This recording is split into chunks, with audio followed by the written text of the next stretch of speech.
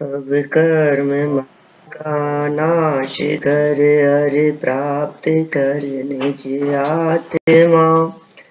जो लीन निर्मल ध्यान में नम कर निकल परमात्मा। जो नाश कर घन घाति हरि हरिहंत पद को पा लिया।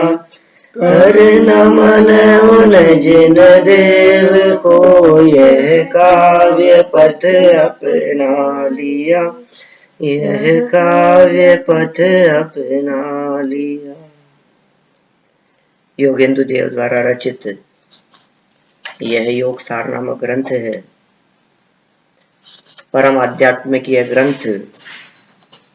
इसमें मंगलाचरण स्वरूप 2 गाथाएं देने के उपरांत हम इस ग्रंथ को लिखने का प्रयोजन और इस संसार का कारण इन बातों के संदर्भ में चर्चा कर चुके थे।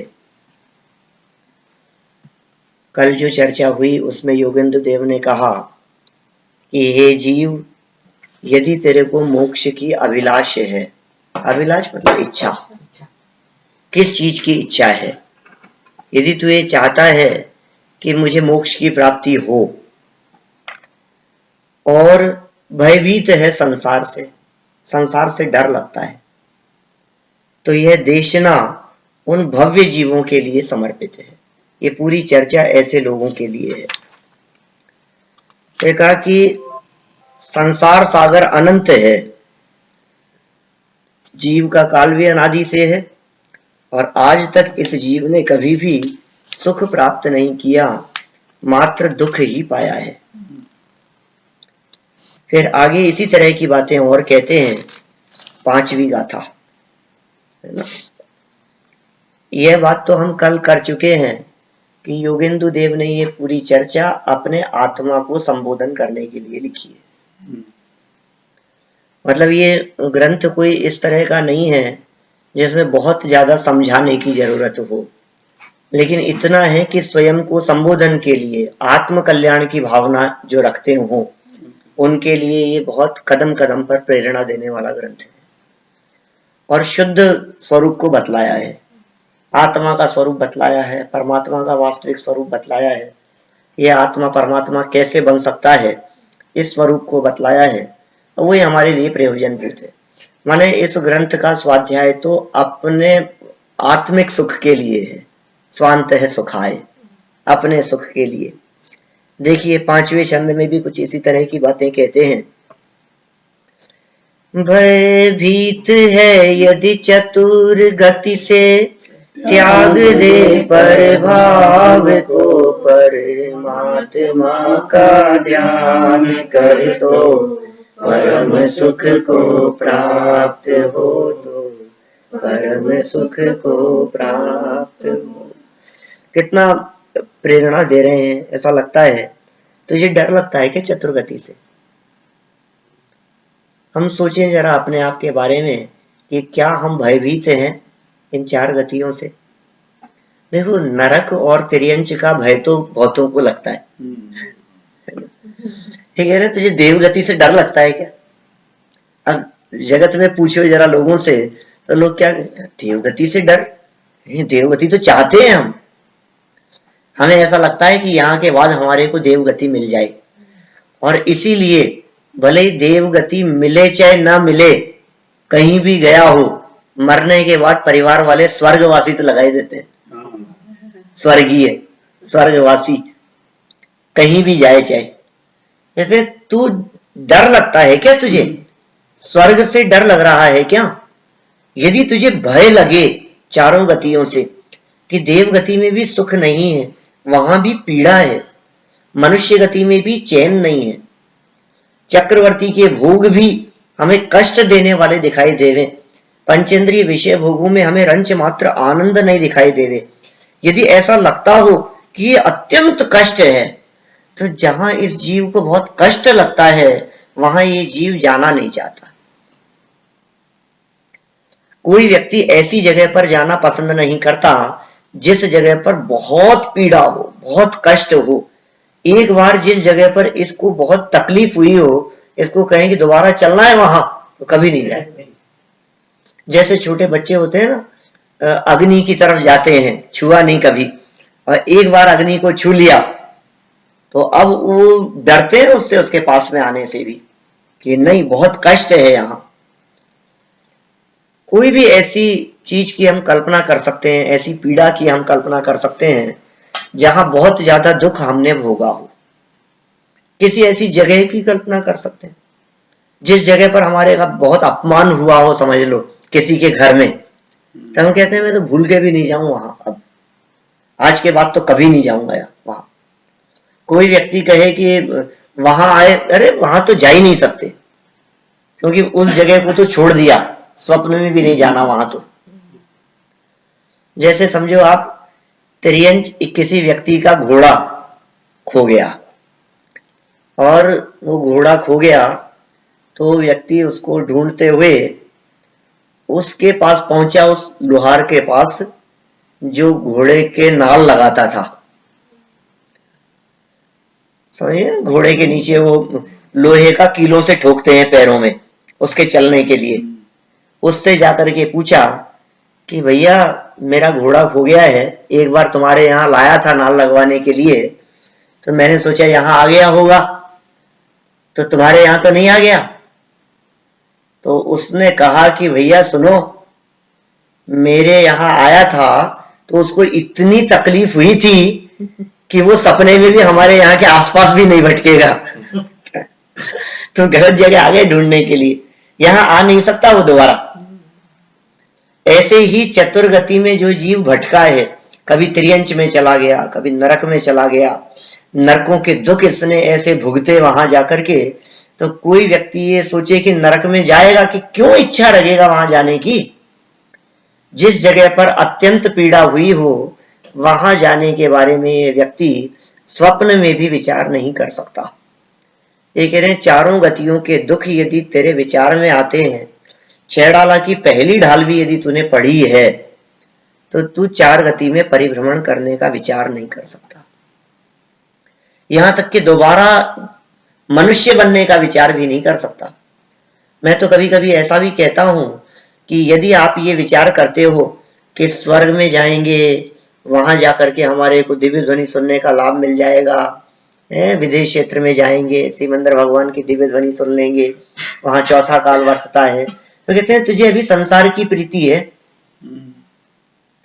तुझे वो कष्ट नहीं लग रहे, तो कैसे इच्छा कर सकता है देवगति में जाने की, भले दिव्य ध्वनि के लिए सही, लेकिन वो आदर्श नहीं है। दिव्य ध्वनि सुनने के लिए जाना वो तेरे आत्म कल्याण का मार्ग नहीं है। ये तो कहते हैं तऊ परभाव चैवी, तू त्याग दे परभाव को। यदि तू दुखों से भयभीत होना चाहता है तो परभाव का त्याग कर दे। अब परभाव क्या चीज है कि जितने भी दुनिया में शुभ भाव हैं वे भी तो परभाव है। पर के लक्ष्य से उत्पन्न होने वाले समस्त भावों का नाम परभाव है। यहां योगेंद्र देव कहना चाहते हैं पर की ओर देखना बंद कर दे, क्योंकि आज तक जितना भी दुख हुआ है वो पर के लक्ष्य से हुआ है, परावलंबी वृत्ति से हुआ है। तू क्यों पर की तरफ देखता है? तेरा उपयोग पर की तरफ आकर्षित क्यों होता है? वहां सुख नहीं है, तू सुख की इच्छा से पर की तरफ देखता है, लेकिन पर पदार्थों में रंच मात्र भी सुख नहीं है। पर में तो सुख है ही नहीं, समझना। ये पर को छोड़ने की नहीं कह रहे, पर को क्या छोड़ेगा, पर तो छूटा हुआ ही है। पर को छोड़ने की बात कहां है?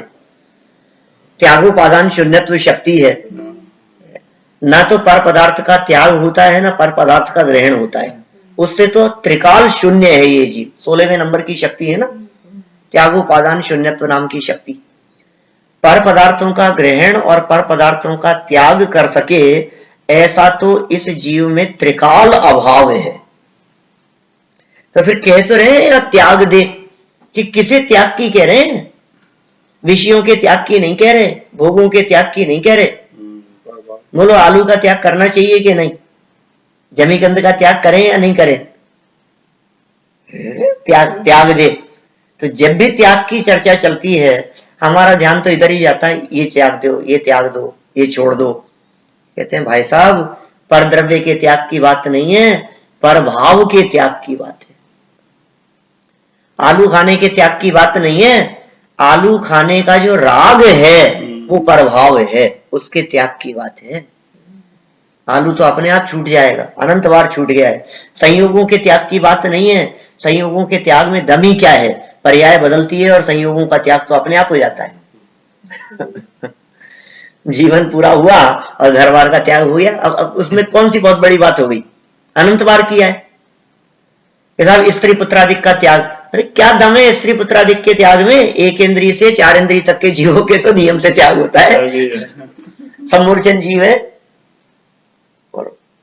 ऐसा परिवार को छोड़ करके, परिवार को छोड़ करके उनकी तो परिवार है ही नहीं। एक इंद्रिय से 4 इंद्रिय तक के सम्मूर्छन जीव हैं, उनके तो नियम से पर का त्याग है। तिर्यंच गति के जीवों के कोई संयोग नहीं देखे जाते, नार की असंयोगी दिखाई देते हैं, कोई संयोग नहीं है। तो बात बाहरी संयोगों के त्याग की नहीं है, बात तो पर भाव के त्याग की चलती है। बात तो शुभ भाव के प्रति जो तेरा आसक्ति भाव है, ये शुभ भाव अच्छा है, ये पुण्य भाव अच्छा है, ये मेरे परिणाम कितने अच्छे हैं, ये जो तेरी आसक्ति है इसका नाम पर भाव है। ये जो शुभ भावों में जो संतुष्टि है उसका नाम पर भाव है, उसका नाम मिथ्यात्व है।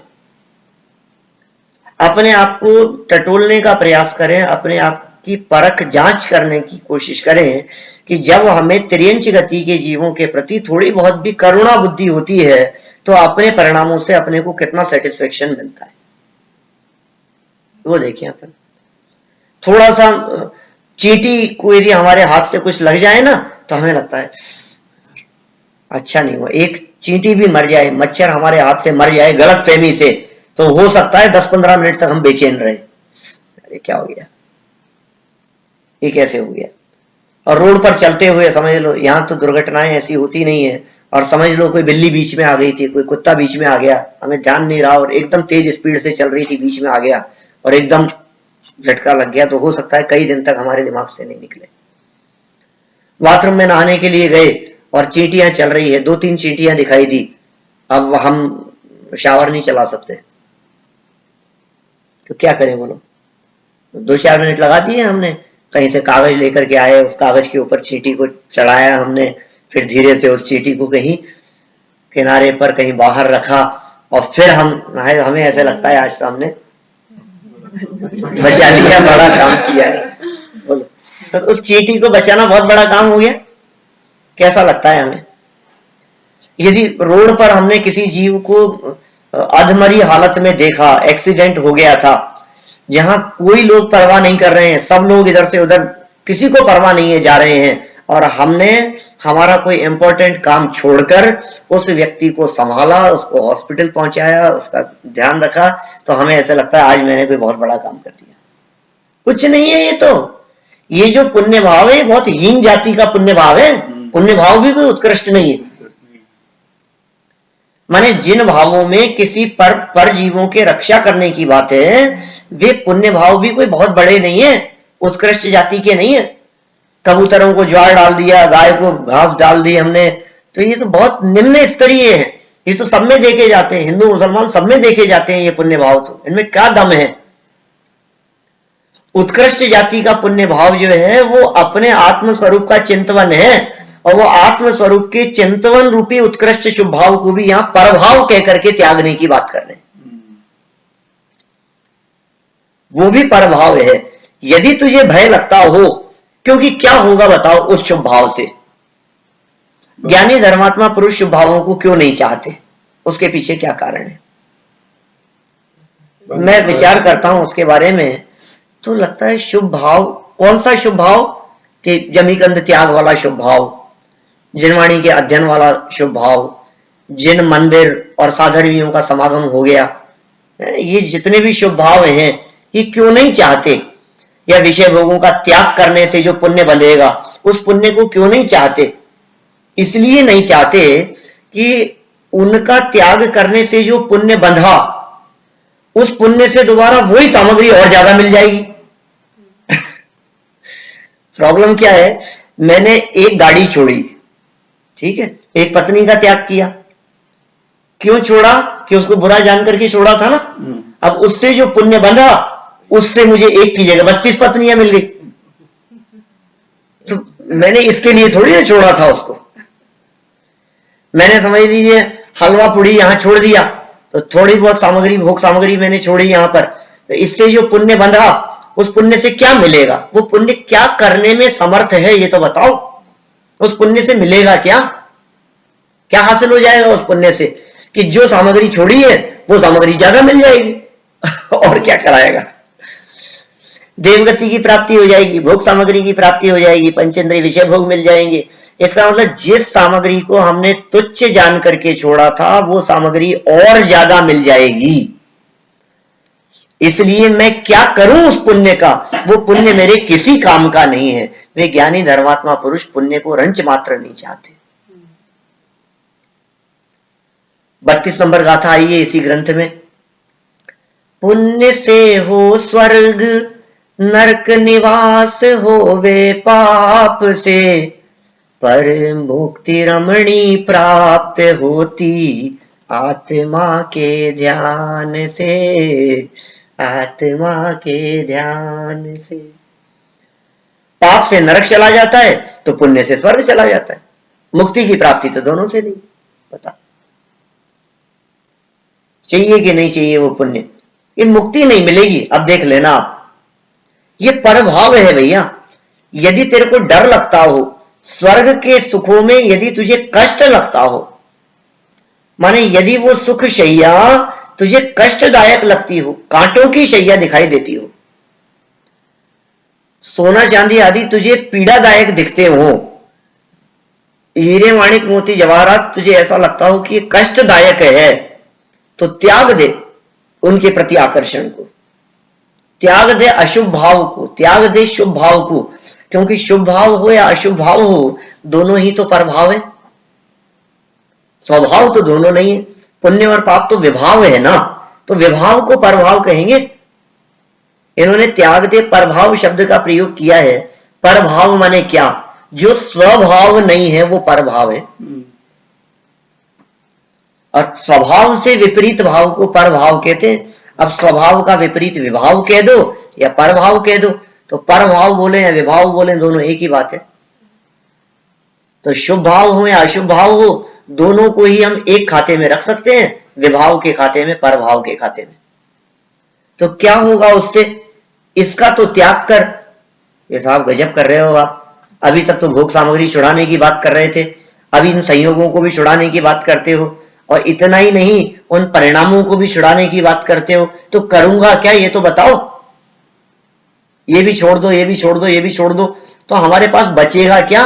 और करूं क्या मैं? तो कहा परमात्मा का ध्यान कर। ये काम करना है। परमात्मा का ध्यान कर मतलब परमात्मा स्वरूप का, निज आत्मा का ध्यान कर।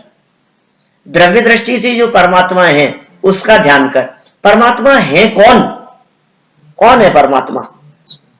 मैं स्वयं परमात्मा हूं। अरिहंत कौन है? क्या आत्मा है। सिद्ध कौन है? वो भी आत्मा है। आचार्य उपाध्याय साधु कौन है? कि वे भी आत्मा है। अंतर दिखता है उनमें कि हाँ साहब मुनिराज कौन होते हैं? आचार्य उपाध्याय साधु के वे होते हैं जो पीछे कमंडल वाले होते हैं, वो मुनि होते हैं कि उपचरित असद्भुत व्यवहार में से देख रहे हो, संयोगों से देख रहे हो ना मुनिराज को, कितना स्थूल है। उपचरित असद्भुत व्यवहार में से देखना मतलब कितना, कहां से देख रहे हो आप? आपका देखने का एंगल कितना बाहरी है कि नहीं साहब मुनिराज तो नग्न दिगंबर होते हैं, अनुपचरित असद्भुत से देख रहे। शरीर से देखना वो अनुपचरित असद्भुत से देखना, पीछी कमंडल से देखना, या जंगल में रहते हैं, गुफा में रहते हैं, वनखंडवासी होते हैं, उपचरित असद्भुत से देखना। ये साहब मुनिराज तो 3 कषाय चौकड़ी के अभाव वाले होते, सद्भुत की तरफ आ गए। अरे मुनिराज तो आत्मा की अवस्था का नाम है भैया, इन बातों का नाम मुनि नहीं है। अरहंत किसका नाम है? समोशरण विभूति का नाम, अष्ट प्रातिहार्य वालों का नाम, कमल से 4 अंगुल ऊपर विराजमान रहने वालों का नाम, परम औदारिक शरीर वालों का नाम अरहंत है। गलत फहमी में मत रहना। अरहंत आत्मा की एक विशिष्ट अवस्था का नाम है। सिद्ध किसका नाम है? 8 कर्म जिन्होंने नष्ट कर दिए हो, अशरीरी हो। अरे अशरीरी कहने पर भी शरीर की विवक्षा आती है।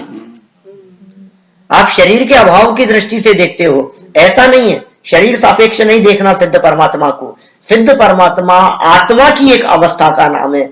माने ये पंच परमेष्ठी आत्मा की अवस्थाएं हैं। इसलिए कुंद कुंद स्वामी, और न केवल कुंद कुंद, यही योगेंद्र देव स्वामी आगे गाथा नंबर ध्यान नहीं आ रहा, शायद 105 नंबर की गाथा है, इसमें ही आगे इसी योगेंद्र देव ने इसी ग्रंथ में कहा वही गाथा जो कुंद कुंद स्वामी ने कुंद कुंद शतक की दूसरी गाथा में लिखा।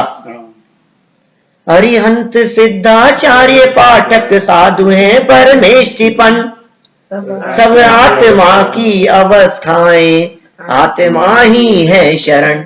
यही पद्यानुवाद, यही मूल गाथा। देखो 105 नंबर गाथा के अंदर क्या कहते हैं?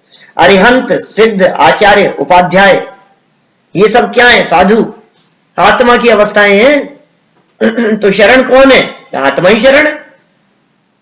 किसने कहा? कुंद कुंद देव। अरे योगेंद्र देव भी वही बात कहते हैं। कुंद कुंद की गाथा हो या योगेंद्र देव की गाथा हो, कितना नंबर है? 104 है, 104 होगी। मैंने कहा ना गाथा नंबर 104 नंबर गाथा, वही गाथा है। बोलो अरिहंत सिद्ध आचार्य उपाध्याय साधु, और कितना सरल है गाथा। अरे ये सब आत्मा की अवस्थाएं, इसलिए आत्मा ही शरण है। बोलो अरहंत की शरण में जाना है या नहीं जाना? सिद्धों की शरण में जाए या नहीं जाए?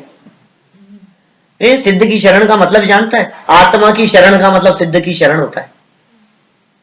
अरहंतों की शरण का क्या मतलब है? अपने आत्मा की शरण का नाम अरहंतों की शरण लेना है। अब जरा यहां से बाहर निकल कर, है ना, मतलब जैनियों के पास में और जो थोड़े से लोग दिखाई देते हैं बाहर में पढ़ते लिखते हुए, उनसे पूछो जरा अरहंते शरणम पवज्जामि का क्या अर्थ है? सिद्धे शरणम पवज्जामि का क्या अर्थ है? ये आचार्य कुंद कुंद और योगेंद्र देव जैसे आचार्य नहीं होते तो कौन इस बात को मानता कि अरहंते शरणम पवज्जामि का अर्थ ये होता है कि आत्मा की शरण में चले जाना, मैं आत्मा की शरण में जाता हूं। कैसे मानता बताओ कोई व्यक्ति? साफ साफ लिखा है मूल गाथाओं में।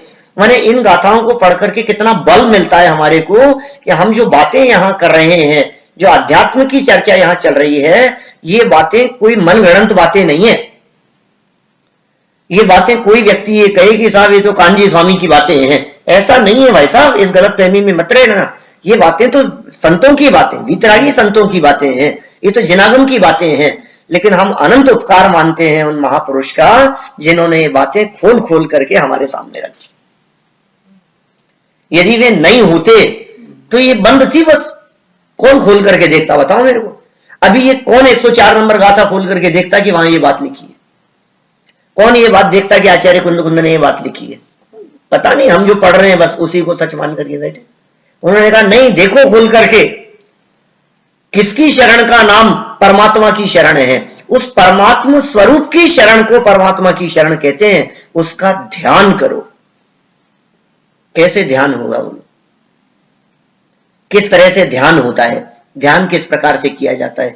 जब ध्यान की बात करते हैं तो कहीं जाने आने की बात नहीं होती। आप तो परमात्मा की शरण के लिए आप सोचते मंदिर भगवान की शरण में आ गए। मंदिर जाना भगवान की शरण है, समाधि शरण में चले जाना वो भगवान की शरण है। वो कहां भगवान की शरण है?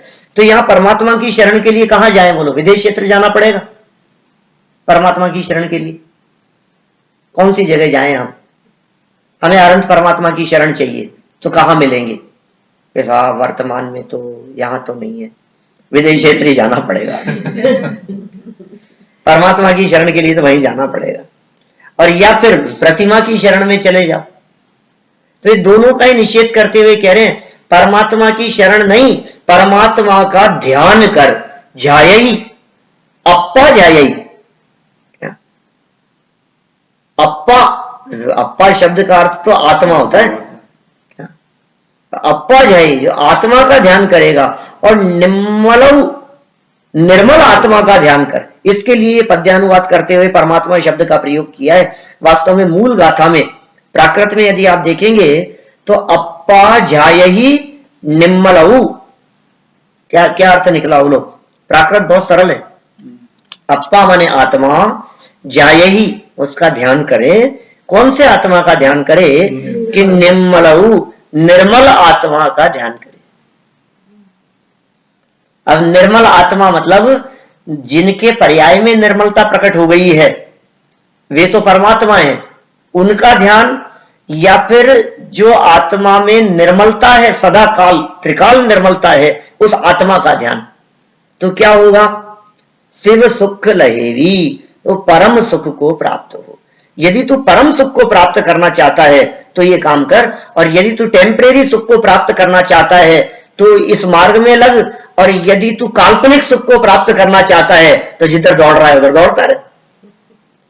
3 तरह के सुख हुए। काल्पनिक सुख, वो काल्पनिक सुख के लिए तो हम लोग सब दौड़ ही रहे हैं। अब दूसरा है टेम्परेरी सुख।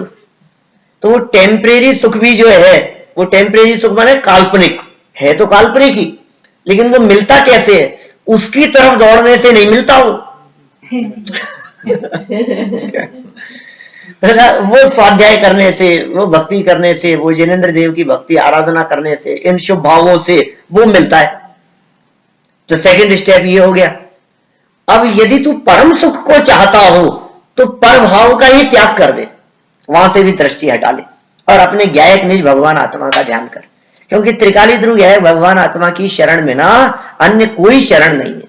शुद्धातम अरु पंच गुरु जग में शरणा दो ही शरण है। तो शुद्धातम जो शरण है वो परम सुख की प्राप्ति के लिए, और जो पंच गुरु शरण है वो संसार में रहते हुए मंद कषाय रूप प्रवर्तन करने के लिए। और तीसरा कोई शरण कि माता पिता है, दोस्त है, पुलिस है, कानून है, कि किसकी शरण में जाएं साहब, चोरी हो गई, कानून की शरण में जाओ। ये किसकी शरण में जाएंगे साहब, पुलिस FIR कराओ साहब, ये तो ऐसा हो गया। तो किसकी शरण में जाना है?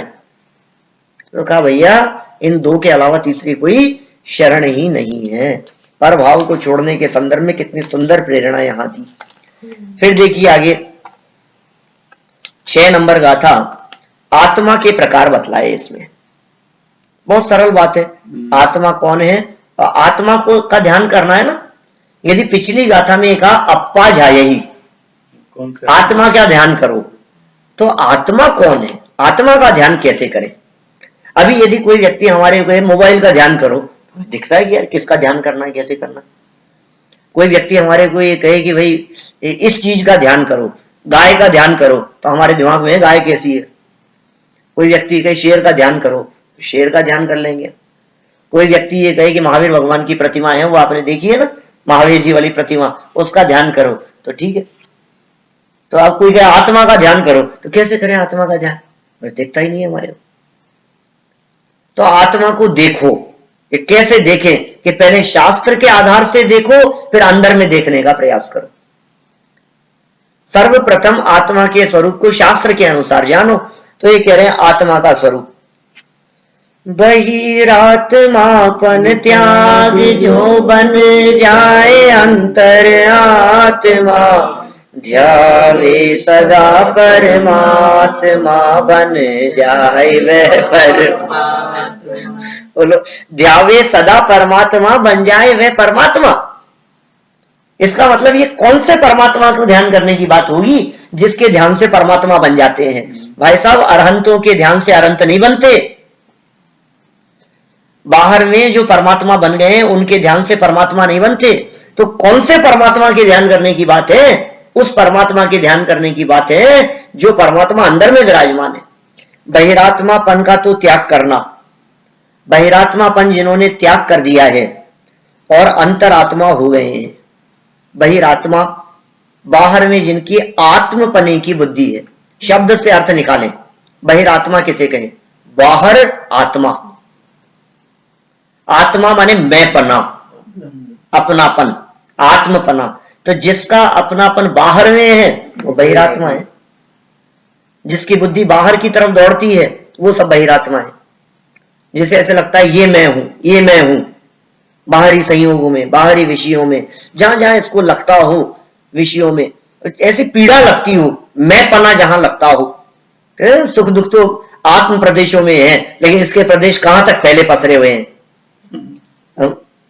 जहां तक इसको सुख दुख का वेदन होता है वहां तक इसके आत्म प्रदेश फैले हुए हैं। मैं कहता हूं अभी यदि कुर्ता फटे तो कुर्ते के फटने से मुझे दुख होगा कि नहीं होगा? होना चाहिए कि नहीं होना चाहिए? होना नहीं चाहिए, लेकिन होगा। होना तो नहीं चाहिए। क्यों नहीं होना चाहिए? क्योंकि इसमें सुख दुख का कोई संबंध ही नहीं है। अरे बाल कटते हैं तो तकलीफ होती है क्या? नाखून कटते हैं तो तकलीफ होती है क्या? क्यों नहीं होती है? क्योंकि बालों में नाखून में आत्मा के प्रदेश व्याप्त नहीं है। सीधी सी बात है। जहां आत्मा के प्रदेश होंगे वहां तकलीफ होगी। नाखून थोड़ा सा ज्यादा कट गया तो क्या होगा? तो तकलीफ होती है। तो बिल्कुल यही नियम हुआ ना, जहां आत्मा के प्रदेश होते हैं वहां सुख दुख का वेदन होता है, और जहां आत्म प्रदेश नहीं होते वहां सुख दुख का वेदन नहीं होता। अब यदि हमारे को संयोगों में सुख दुख का वेदन दिख रहा है, इसका मतलब हमारा आत्मा उन संयोगों तक फैला पसरा हुआ है। कहां तक फैले हैं? ये बहिरात्मापन। तो त्याग, और जो बन जाए अंतर आत्मा, इनका त्याग करके, बहिरात्म रूपी बुद्धि को त्याग करके जो अंतरात्मा हो जाए और फिर अंतरात्मा होकर के परमात्मा बन जाए और उसका ध्यान करे सदा ही, बन जाए वह परमात्मा। यहां तो कारण परमात्मा की चर्चा चलती है भाई। जिस परमात्मा के ध्यान की बात है वो कार्य परमात्मा नहीं है। वो नियम सार में जिसका वर्णन किया है उस कारण परमात्मा की चर्चा है। यहां भगवान की बात नहीं है, यहां तो बने बनाए भगवान की बात है। हूं परमात्मा छू हेम नहीं, तो उसकी बात है। कोई और नहीं है, तू स्वयं परमात्मा है। तू देख तो सही, शांत चित्त होकर के अपने परमात्मा स्वरूप को देखने का प्रयास तो कर।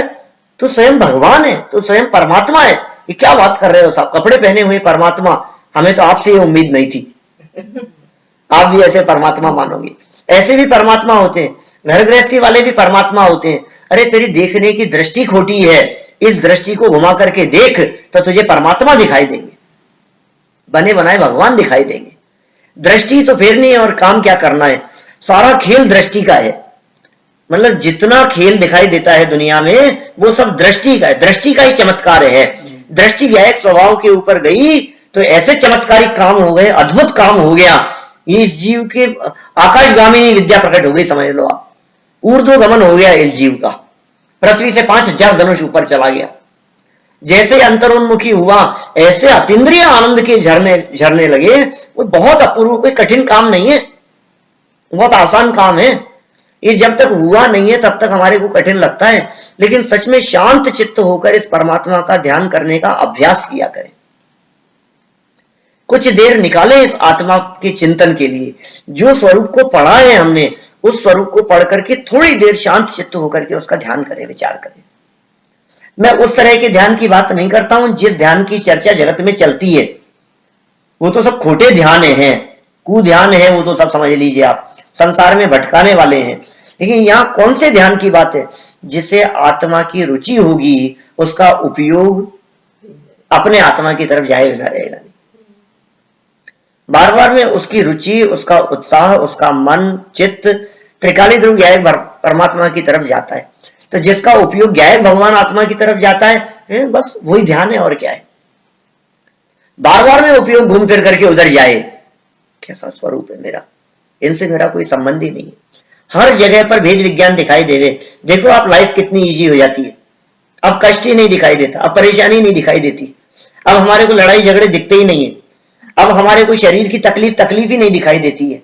मैं अपने आप को इससे भिन्न अनुभव करता हूं। ये परमात्मा का ध्यान, ज्ञायक स्वरूप का ध्यान, ये सारे संकटों को मिटा देता है, सारी परेशानियों को मिटा देता है। ये लाइफ को कितनी सहज कर देता है, लाइफ कितनी इजी गोइंग हो जाती है। मतलब किसी तरह का कोई कॉम्प्लिकेशन नहीं दिखते लाइफ में, किसी तरह के कोई झगड़े नहीं दिखते, आपसी विवाद नहीं दिखते, मन मुटाव नहीं दिखाई देते। क्योंकि हमारे को लगता है यार मैं तो कुछ इससे अलग तत्व हूं, मुझे ये मनुष्य पर्याय झगड़े के लिए नहीं मिली, कषायों के लिए नहीं मिली। और कदाचित गुस्सा आ भी जाए, मान लीजिए कदाचित क्रोधाधिक के परिणाम भी दिखाई देवे, बहुत तीव्रता में गुस्सा आ गया एकदम, तो भी चिंता की बात नहीं है। क्योंकि जैसे ही ये जिन वचन रूपी हवा का झोंका आएगा और वो सारा का सारा क्रोधाधिक, विषय कषाय आदि सब उड़ जाएगा। ऐसा है ये स्वरूप। परमात्मा का ध्यान कर, ध्यावे सदा परमात्मा, बन जाए वह परमात्मा। तो तीन बातें आ गई यहां, एक बहिरात्मा, एक अंतरात्मा और एक परमात्मा। तो मानो सामने से शिष्य ने प्रश्न किया हो, क्योंकि देखिए ये जो गाथाएं लिखी जाती है ना, व्याख्याएं तो होती नहीं है, बस सरल प्राकृत भाषा के अंदर वे लिखते चले गए। तो फिर प्रश्न किया कि बहिरात्मा कौन होते हैं, तो बहिरात्मा का स्वरूप बता दिया। आगे वाली गाथा, मिथ्यात्व मोहित जीव जो वह स्वपर को नहीं जानता, संसार सागर में भ्रमे द्रग मूढ़ वह बहिरात। कौन है बहिरात्मा? संसार सागर में भ्रमने वाला। ये कौन है जो संसार सागर में, ये कौन हमारे को परेशान करता है? ये कर्म हमारे को संसार सागर में डुबो देते हैं। ये कर्मों की वजह से हम संसार सागर में डूब रहे हैं। कर्मों ने तो किया, ये कर्म हमारे को ले जाते हैं नरक में। पटकत करत अचेत हो, हमारी दीन तनी सुन वीनती, आदिनाथ भगवान की पूजन में इस तरह की चर्चाएं की है। ये कर्म क्या करें हम, इन्होंने ऐसा किया। अरे भाई साहब, संसार सागर में भ्रमे कर्म के कारण नहीं, द्रग मूढ़, जिसकी खोटी दृष्टि है, जिसकी दृष्टि में खोट है, उसका कोई इलाज नहीं है। क्या करें? मतलब दिखता ही, हम करें क्या? इलाज क्या है बताओ? एक व्यक्ति की दृष्टि खराब हो गई, नेत्र के अंदर कुछ बीमारी हो गई, अब वो डॉक्टर के पास में गया इलाज करवाने के लिए। तो डॉक्टर ने कहा कि भैया ऐसा है, तुम्हारे को तो ये आंखों में बीमारी हो गई है, इसके लिए तो एक उपाय है कि तुम सब हरा देखो, ग्रीन देखो तुम, तब थोड़े दिन तुम आंखों में तुम्हारे को ग्रीनरी दिखेगी ना, तो तुम्हारी आंखें ठीक होगी। अब वो सेठ सा घर आता है तो उसे तो अलग कलर दिखाई देते हैं, तो कहता है सबको पेंट करो। नौकरों को लगा दिया पेंट करे, लेकिन घर से बाहर निकले तो सब अलग अलग कलर दिखाई देते हैं। फिर कहीं नगर में धीरे धीरे दीवारों पर उसने नौकरों को कह करके, सर्वेंट को कह करके, ग्रीन कलर, मेरे को तो ग्रीन के अलावा दूसरा कलर नहीं देखना चाहिए। तो गांव में कोई एक व्यक्ति आए, सज्जन पुरुष, उन्होंने कहा ये सब हरा हरा दिखाई दे रहा है, क्या चक्कर है? उन्होंने कहा कि साहब वो सेठ जी हैं हमारे, उनके ऐसी बीमारी हो गई है। तो सेठ जी के पास में गए, सेठ जी से कहा कि साहब क्या बात है, ये क्या करूं मैं, इतनी कोशिश करते हुए भी कहीं ना कहीं दूसरा कलर दिख ही जाता है, तो क्या करूं? उन्होंने कहा एक उपाय बतलाऊं, आप अपनी दृष्टि फेर लो, आप अपनी दृष्टि के ऊपर हरा चश्मा लगा लो, तो आपको सब हरा हरा दिखाई देगा। कितना सा उपाय है बोलो? दुनिया में फेरफार नहीं करना, अपनी दृष्टि में फेर करना है, इतना सा उपाय है। उपाय कितना सरल है।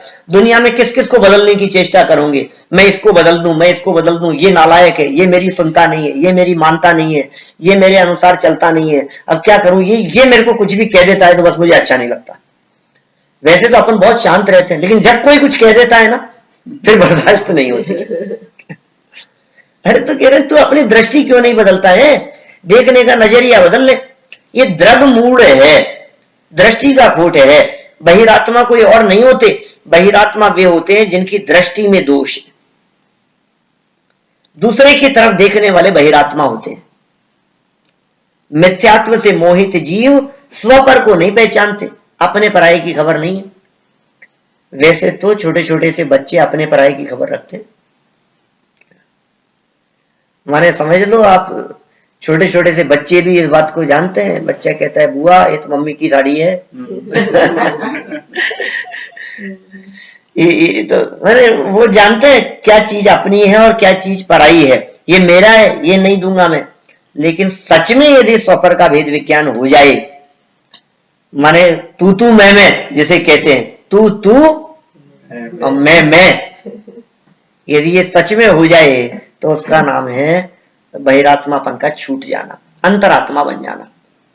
स्वपर को नहीं जानता वो बहिरात्मा है, वो संसार सागर में डूबने वाला है, और स्वपर को पहचानने वाला वो अंतरात्मा होता है। देखो आप अंतरात्मा कौन है? जो त्यागता परभाव को और स्वपर को पहचानता है, वही पंडित आत्मज्ञानी स्वपर को जो जानता। क्या कितना सरल कह दिया। त्यागता परभाव को, पीछे कह दिया था 5वीं गाथा में कही थी ये बात। भयभीत है यदि चतुर गति से त्याग दे परभाव को, परभाव को त्याग दे। तो परभाव का यदि मैं त्याग कर दूंगा तो क्या होगा कि तू अंतरात्मा बन जाएगा। जिसके परभाव का त्याग होता है, जो त्यागता परभाव को, और जिसे अपने पराये की पहचान है, मैं कौन हूं उसकी जिसे पहचान है। देखो 7 तत्व संबंधी भूल निकल गई यहां स्वपर भेद विज्ञान होते ही। मैं कौन हूं और पर कौन है, यथार्थ भेद विज्ञान जहां हुआ वहां काम हो गया। स्वपर को पहचानता है वही पंडित, वही पंडित है। पोथी पढ़ पढ़ बावरा पंडित भयाने कोय, और 2.5 अक्षर आत्म के पढ़े सो पंडित होए। कौन पंडित है? जो स्वपर को पहचानता है वो पंडित है, वो आत्मज्ञानी है। स्वाध्याय करे, खूब अध्ययन करे, सैकड़ों शास्त्रों को पढ़े, सो सब प्रभाव है भाई। उसे यहाँ आत्मज्ञानी नहीं कह रहे, यहाँ तो आत्मज्ञान की चर्चा चल रही है, यहाँ तो अंतरात्मा की चर्चा चल रही है। बहिरात्मा शब्द की व्याख्या यदि हमने इस प्रकार की कि जो बाहर में आत्मपने की बुद्धि रखे वो बहिर आत्मा, तो अंतर में जो आत्मा को स्वीकार करे वो अंतरात्मा। शब्द से समझ में आता है अर्थ बिल्कुल। अंतर में जैसे आत्मपने की अनुभूति हो गई है कि यही मैं हूं, बस इस दृष्टि का नाम अंतरात्मा है। स्व और पर की पहचान, और उस पहचान के बाद में अपने में अपनापन और पर में परायापन है। वही पंडित आत्मज्ञानी स्वपर को जो जानता, अपने और पराये को जो पहचानता हो वही आत्मज्ञानी है, वही ज्ञानी है, वही पंडित है। शास्त्र के पाठी को सारी जगत, सारी दुनिया पंडित कहती। अरे साहब ये तो पंडित है, ये तो पंडित है, हम कोई पंडित थोड़ी नहीं। क्या बात कर रहे हो? पंडित सम्यक दृष्टियों को कहते हैं। पंडित कौन होते हैं? आपको पंडित बनना है, हमें कोई पंडित थोड़ी ना बनना है। हाँ, हमें कोई पंडिताई थोड़ी ना करनी है, हमें तो बस आत्म कल्याण करना है। अरे सच्चे पंडित सम्यक दृष्टि होते। सम्यक दृष्टियों के मरण को बाल मरण कहा है, और अरहंतों के मरण को पंडित मरण कहा। वो पंडित है, अरहंत परमात्मा पंडित है, हम तो पंडित समझते ही नहीं है। अरे जो दूसरों को सुनाए उसे सारा जगत पंडित कहता है, लेकिन दूसरों को ना सुनाए, पहले स्वयं सुने, माने स्वयं उस चीज का अनुभव करे, वो असली पंडित है। समझे बिना समझाना नहीं होता। जिसने स्वयं ने समझा हो वो असली में पंडित है। और यहां तो कोई समझता तो है नहीं, सब समझाना चाहते हैं। सारे जगत में यही है, किसी के भी पास में बैठ जाओ सब उपदेश देने वाले मिल जाएंगे आपको। आप किसी को थोड़ी सी धर्म की चर्चा करो किसी के पास में बैठ करके, वो समझाने लग जाएंगे, अरे इसमें कोई धर्म थोड़ी नहीं, हम बताते हैं धर्म तो ये होता है। फिर हमने उनसे पूछा कि भैया आपने कौन, अरे शास्त्र वास्त्र नहीं पढ़े देखो अपन ने। शास्त्र वास्त्र नहीं पढ़े हमने, और समझा रहे हैं हमारे को। तो कहां से समझा रहे हो? हर व्यक्ति उपदेश देने के लिए तैयार है। इधर उधर की बातें कहीं सुनता है, कहीं टीवी से, कहीं न्यूज़पेपर से, कहीं दुनिया, और खुद का कोई चिंतन, अपना चिंतन। अपने चिंतन की बात नहीं है यहाँ, ये तो चर्चा जिनवाणी की बात है। जिनवाणी की बात हो, अपना चिंतन जिनवाणी के चिंतन से मिले तो वो यथार्थ चिंतन है। इसा मेरे चिंतन से निकली हुई है बात, धोखे में मत रहना, तेरे चिंतन से कोई नई बात निकल ही नहीं सकती है। जब कभी इस तरह की बात कहता है कि ये तो मेरे चिंतन की बात है, बिल्कुल नई बात आपने कभी नहीं सुनी होगी। अरे अनंत बार सुनी है, और नई बात कुछ होती नहीं है। महावीर भगवान ने भी अपनी दिव्य ध्वनि में कोई नई बात नहीं कही। पिछले 23 तीर्थंकरों से जो बात चली आ रही थी वही बात कही थी। नई बात आएगी कहां से? यहां नई बात की चर्चा नहीं है, यहां तो उस बात को अंदर में स्वीकार करने की चर्चा है, तो अंतरात्मा होगा। बात सुनने की नहीं है, बात पढ़ने की नहीं है, बात स्मरण की नहीं है, याददाश्त की नहीं है। सब अंग पढ़े 9 पूर्व रटे, पर पंडित नाम नहीं पावे। तो जोड़ लो आप पंक्तियां इस तरह की कुछ भी। भजन की पंक्ति तो ये है, उनका भजन है राजेंद्र जी पंडित जी साहब का। सब अंग पढ़े 9 पूर्व रटे, पर उसका भाव नहीं जाने। सब काम किया हमने लेकिन भाव नहीं जाना हमने, सब काम किया हमने लेकिन मर्म नहीं जाना हमने, तो कैसा पंडित है? अरे साहब 11 अंग का ज्ञान है, अब भी पंडित नहीं है कि नहीं है पंडित, क्योंकि है वही पंडित। कौन? जो स्वपर का भान जैसे। क्या पंडित की व्याख्या की है वही पंडित आत्मज्ञानी, स्वपर को जो जानता। ये अंतरात्मा की इन्होंने यहां बात कही। बाहर में कुछ भी अंगीकार करे वो पंडित नहीं है। बाहर में कैसा भी वेश हो, उस वेश की चर्चा नहीं है। स्वीकार कैसा करता है, बात तो वो है। मानता कैसा है। किसी व्यक्ति को बाहर में बहुत अच्छे वस्त्राभूषण पहना दिए जाएं, मुकुट लगा दिया जाए, लेकिन पागल है, वो अपने आप को भिखारी मानता है, तो कपड़े पहनाने से क्या होता है? और बाहरी वेश से क्या होगा? मानता क्या है तो अपने आप को। इसी तरह से कोई व्यक्ति ने बाहर में अणुव्रत ले लिए, किसी व्यक्ति ने बाहर में महाव्रत ले लिए, लेकिन कोई फर्क नहीं पड़ता। आप अणुव्रत ले लो या महाव्रत ले लो, पहले ये बताओ तुम अपने आप को मानते क्या हो? ये साहब मैंने महाव्रत लिए, मैं अपने आप को मुनि मानता हूं। हो गया। मानते क्या हो? चक्कर भेष का नहीं है। आप कैसे दिखते हो, आपने क्या पहन रखा है, बात उसकी नहीं है। बात ओढ़ने पहनने की नहीं है। बात लंगोट धारण किया है, दुपट्टा धारण किया है, कपड़े हैं कि नहीं है, कोई फर्क नहीं पड़ता है उससे। तुम यदि अपने आप को ज्ञायक मानते हो तो सही लाइन पर है, और यदि तुम अपने आप को ज्ञायक नहीं मानते हो तो तुम कैसा भी वेश बदल लो, अनंत काल हो गया वेश बदलते हुए, और काम ही क्या किया है?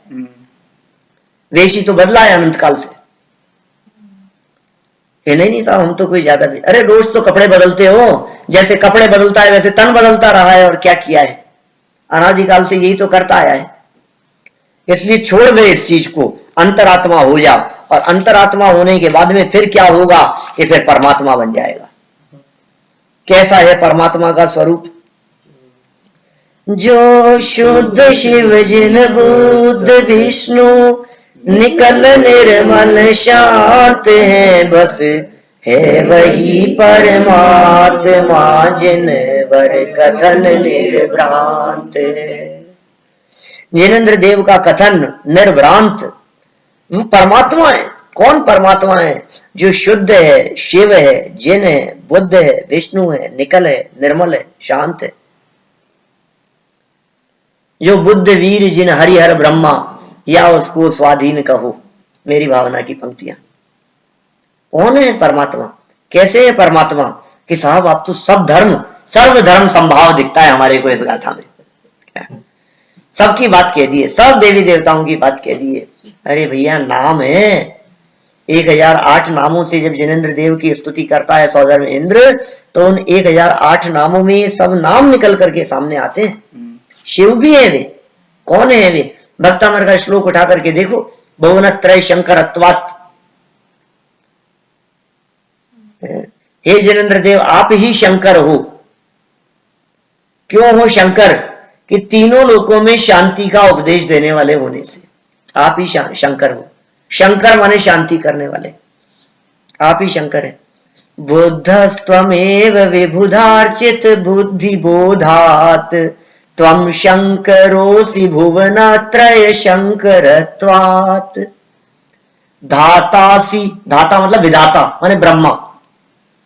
धातासि धीर शिव मार्ग विधेर विधानात्, व्यक्तम त्वमेव भगवन् पुरुषोत्तमोसि। पुरुषोत्तम मतलब नारायण। हे भगवान आप कैसे हो? तुम ही शंकर हो, तुम ही ब्रह्मा हो, तुम ही नारायण हो। कैसे शब्दों के प्रयोग कर रहे हैं? तुम ही बुद्ध हो। अरे साहब हे भगवान आप ही हो। ऐसे रूप कि हाँ देखो तो सही उनको किस रूप में कहा गया है। शंकर क्यों कहा गया है? अरे कई जगह तो ऐसे प्रयोग किए, हे भगवान आप ही अर्धनारीश्वर हो।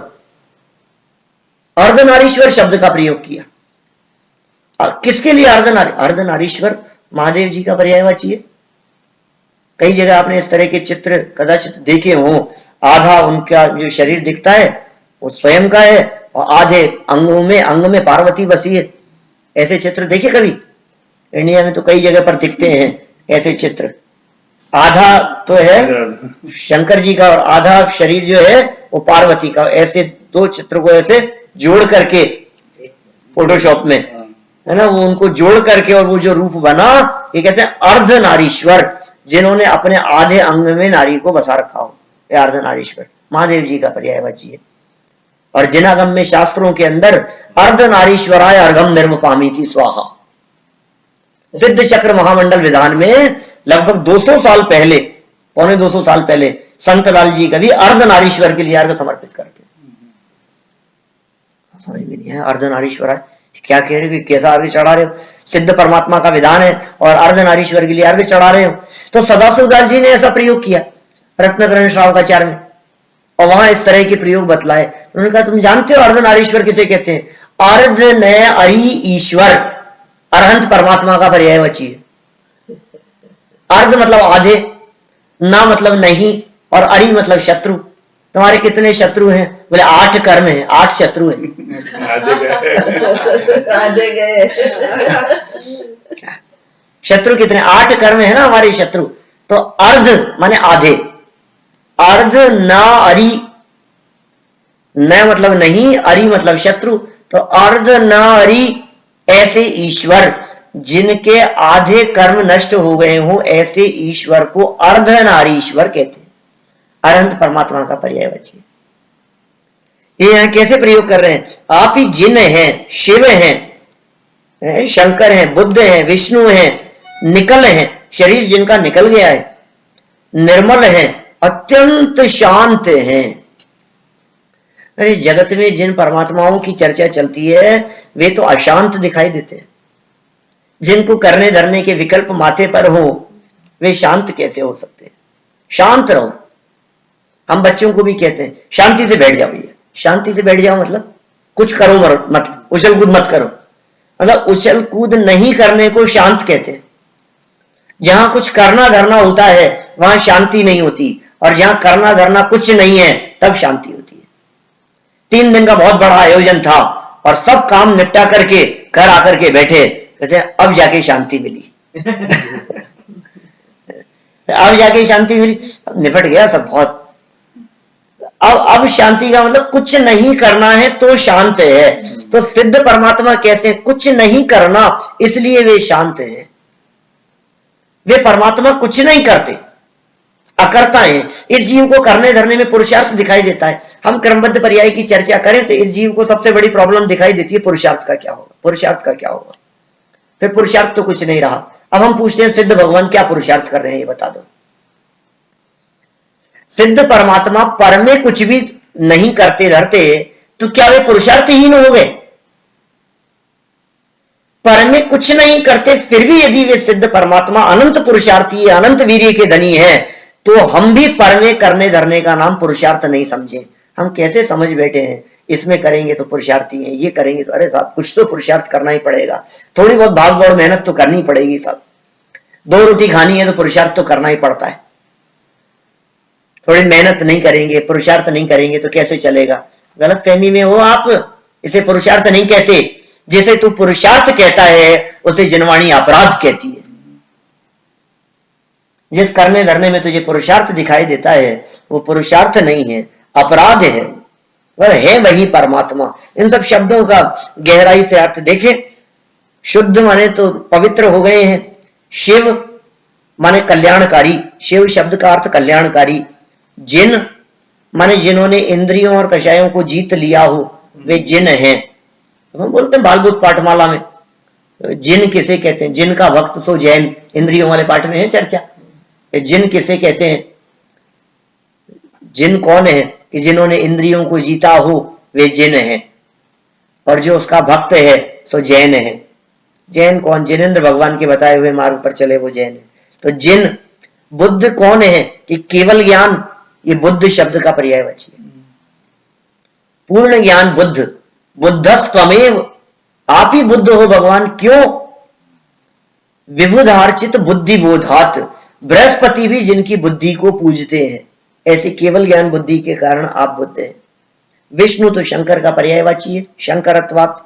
निकल शरीर रहित है, निर्मल मल जिनमें से निकल गया है, और परम शांत है, बस है वही परमात्मा जिनवर कथन निर्भ्रांत है।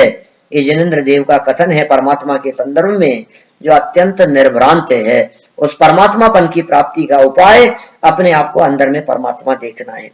फिर इन्हीं सब बातों का वर्णन और किया इन्होंने, बहिरात्मा, अंतरात्मा, परमात्मा का। आगामी गाथाओं में दोबारा दूसरे शब्दों में समझाने का प्रयास किया। देखो वही शब्द है उसी तरह के।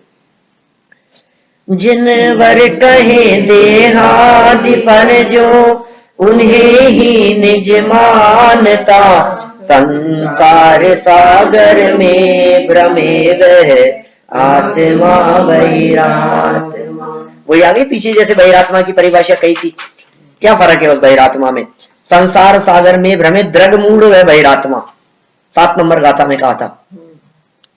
7 नंबर गाथा की दूसरी लाइन और उससे मिलाओ 10 नंबर गाथा की दूसरी लाइन, सेम है। वहां का संसार सागर में भ्रमे द्रगमूढ़ वह बहिरात्मा, और यहां कह रहे हैं संसार सागर में भ्रमे वह आत्मा बहिरात्मा। एक ही बात है, माने वो बहिरात्मा संसार सागर में भ्रमण करता है, घूमता फिरता है। जिनवर कहें देहादि पर जो उन्हें ही निज मानता।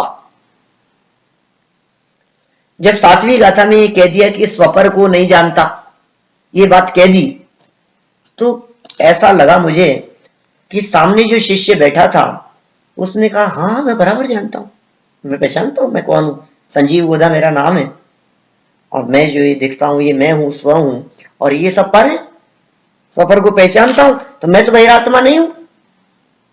7वीं गाथा में जब सरल शब्दों में ये कह दिया कि स्वपर को नहीं जानता वो बहिरात्मा है, तो इसने कहा कि हाँ ठीक है साहब, मैं तो बिल्कुल अपने को मैं ही अपनापन साहब, मैं तो बहुत कभी कभी तो मैं ऐसा कहता हूं कि मैं बहुत सेल्फिश हूं, तो मैं तो अंतरात्मा हो गया ना।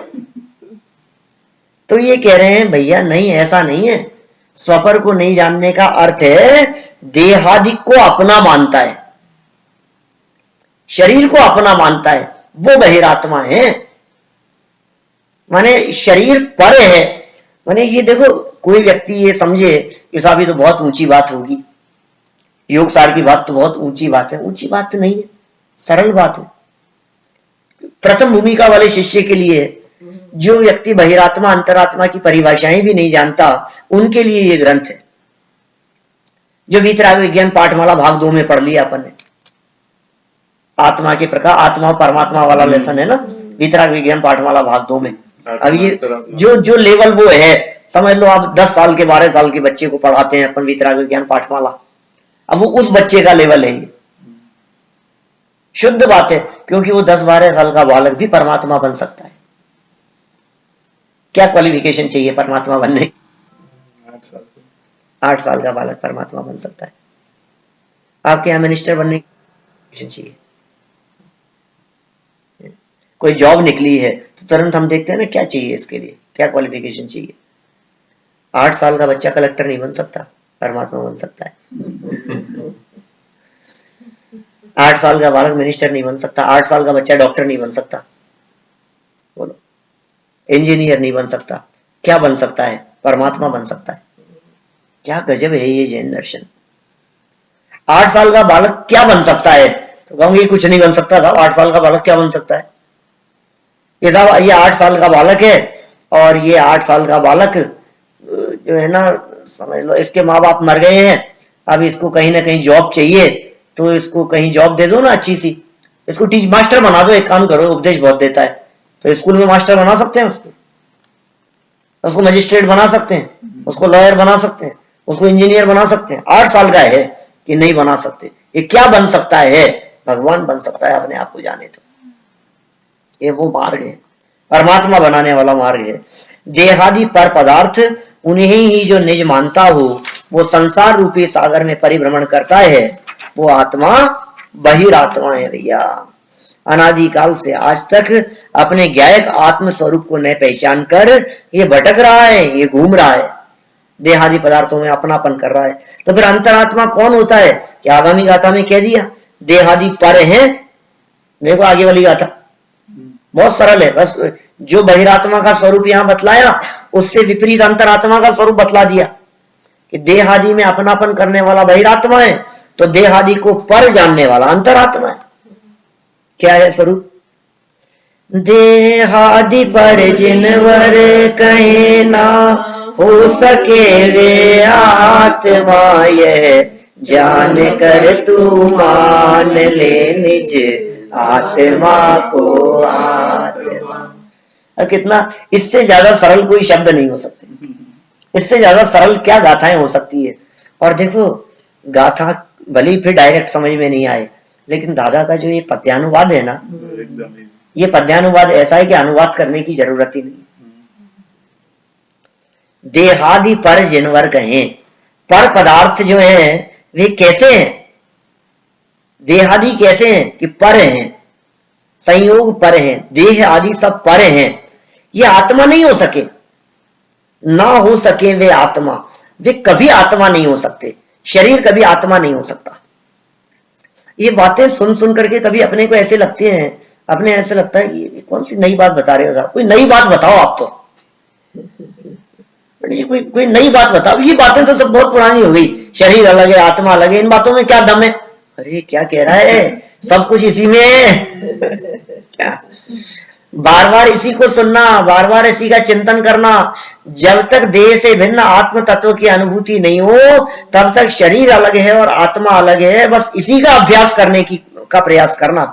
वो 23 नंबर के कलश में कहा ना, जैसा आई कथमपि मृत्वा तत्व कौतूहली सन अनुभव भव मुहूर्ते पार्श्ववर्ती मुहूर्तम पृथगत विलसंतम स्वम समालोक्येन त्यजसी जगति मूर्त्या साकमेकत्व मोहम। नहीं ध्यान 23वां कलश। आई कथमपि मृत्वा तत्व कौतूहली सन, हे जीव मरपच करके भी क्या अपने आत्मा का अनुभव कर कि कैसा, कि क्षण मात्र के लिए ही सही, एक अंतर्मूर्त के लिए तू देह का पड़ोसी होकर के तो देख, तुझे आत्मा का अनुभव कैसे नहीं होगा बता। इस देह को पड़ोसी मान, इस शरीर को अपने से भिन्न मान। यदि इस देह को भिन्न और पड़ोसी स्वीकार करेगा, अंदर में यदि स्वीकार करेगा, ऐसा फीलिंग में आना चाहिए, ये फीलिंग में नहीं आता है। अभी यदि अपन इसी जगह पर इसी पॉइंट पर यदि चर्चा करते रहे तो हम कहेंगे शरीर और आत्मा को भिन्न बोलता तो है, ऐसे बोलता है जैसे देखा देखी औरों की बातें कर रहा हो, अनुभव नहीं करता है उस चीज का। तो यहाँ इन गाथाओं में यही कहा गया है भैया, उठते बैठते खाते पीते जॉब करते हुए ऑफिस जाते हुए काम करते हुए अपने आप को उन सब पर पदार्थों से पर भावों से भिन्न अनुभव करने रूप फील करो अपने आप को। ये फील करो कि मैं इसका करता नहीं हूं, ये फील करो। यदि वो फील अंदर में होगा तो आत्मा की अनुभूति हुए बिना नहीं रहेगी। हम सभी इस तरह फील करने की कोशिश करें, दिन भर प्रैक्टिस करें इस चीज की, तो आत्मा का अनुभव निश्चित रूप से होगा और कल हम सभी अनुभवी बन के यहां आकर के बैठेंगे। निज में बताई जहाँ